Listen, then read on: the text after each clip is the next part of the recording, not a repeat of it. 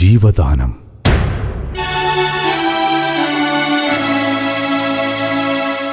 യേശുവിന് ഏറെ പ്രിയപ്പെട്ടവരായിരുന്നു ബഥാനിയായിലെ ലാസറും അവന്റെ സഹോദരിമാരായ മർത്തായും മറിയവും.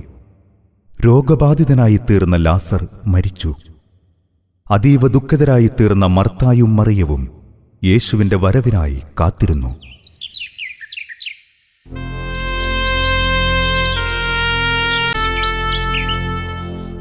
എങ്കിലും എന്റെ അനിയത്തി, നമ്മുടെ കുഞ്ഞാങ്ങൾ ഇത്ര പെട്ടെന്ന് നമ്മളെ അനാഥരാക്കിയിട്ട് പോകുമെന്ന് നീ വിചാരിച്ചോ? ഇല്ല ചേച്ചി, ഒരിക്കലും ഞാനങ്ങനെ കരുതിയില്ല. അതിന് മരിക്കാൻ തക്ക അസുഖമൊന്നും ലാസറിനുണ്ടെന്ന് നമുക്ക് തോന്നുക പോലും ചെയ്തില്ലല്ലോ. ആയുസ് തരുന്നതും എടുക്കുന്നതും ദൈവമല്ലേ മറിയം. നിസ്സഹാരായ നമുക്ക് അവിടുത്തെ തിരുവിഷ്ടത്തിന് വഴങ്ങാനല്ലേ കഴിയൂ. നോക്കടാ യാക്കോബേ, ഈ പെണ്ണുങ്ങൾ കല്ലറയുടെ മുന്നിൽ നിന്ന് ഇതുവരെ പോയിട്ടേ ഇല്ലെന്ന് തോന്നുന്നു. എങ്ങനെ പോകും ശമയോനെ? രണ്ടാൾക്കും ലാസറിന് അത്ര കണ്ട് ഇഷ്ടമായിരുന്നില്ലേ? കർത്താവിനും ലാസറിനോട് ഏറെ സ്നേഹമായിരുന്നല്ലോ. ലാസർ മരണശയ്യയിലാണെന്ന് ആളയച്ചറിയിച്ചിട്ട് ഒന്ന് കാണാൻ പോലും അദ്ദേഹം വരാത്തത് എന്തുകൊണ്ടാണാവോ? അടക്കിയിട്ട് ഇന്ന് ദിവസം 4 നാഥനില്ലാത്ത ഈ പെണ്ണുങ്ങളെ ഒന്ന് ആശ്വസിപ്പിക്കാനെങ്കിലും അദ്ദേഹം വരുമെന്ന് കരുതി.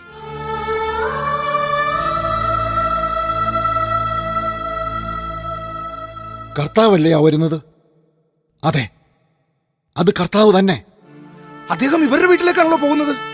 ശിഷ്യന്മാരും ഒരു ജനക്കൂട്ടവും പിന്നാലെ ഉണ്ട്. ഞാൻ ചെന്ന് ഗുരുവിനെ സ്വീകരിക്കട്ടെ. നീ പോകുന്നില്ലേ മറിയം? ഞാൻ കൂടി പോയാ എന്റെ കുഞ്ഞാങ്ങളുടെ അടുത്ത് ആരാ ഉള്ളത്? ഇവിടെ ഞങ്ങളില്ലേ? നിങ്ങള് ലാസറിന്റെ പെങ്ങന്മാരല്ലോ.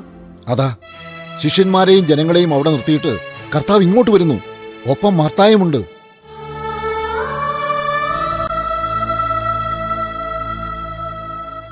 കർത്താവേ, അങ്ങ് ഇവിടെ ഉണ്ടായിരുന്നുവെങ്കിൽ എന്റെ സഹോദരൻ മരിക്കുകയില്ലായിരുന്നു. മർത്ത, നിന്റെ സഹോദരൻ ഉയർത്തെഴുന്നേൽക്കും. ധൈര്യമായിരിക്കും. അന്ത്യദിനത്തിലെ പുനരുത്ഥാനത്തിൽ അവൻ ഉയർത്തെഴുന്നേൽക്കുമെന്ന് എനിക്കറിയാം കർത്താവേ. പുനരുത്ഥാനവും ജീവനും ഞാനാണ് മർത്ത. എന്നിൽ വിശ്വസിക്കുന്നവൻ മരിച്ചാലും ജീവിക്കും. അങ്ങ് ഇവിടെ ഉണ്ടായിരുന്നുവെങ്കിൽ എന്റെ കുഞ്ഞാങ്ങളെ മരിക്കുമായിരുന്നില്ല. നിങ്ങൾ ഈ കല്ലെടുത്ത് മാറ്റുവിൻ. കർത്താവേ, ഇപ്പോൾ ദുർഗന്ധമുണ്ടായിരിക്കും.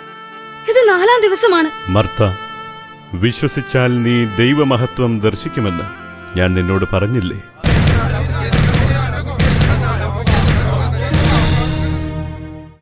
പിതാവേ, അങ്ങന്റെ പ്രാർത്ഥന കേൾക്കുമെന്ന് എനിക്കറിയാം. എന്നെ അയച്ചത് അവിടുന്നാണെന്ന് ഈ ജനം വിശ്വസിക്കുന്നതിന് വേണ്ടിയാണ് ഞാനിത് പറയുന്നത്. ലാസറേ, പുറത്തു വരിക.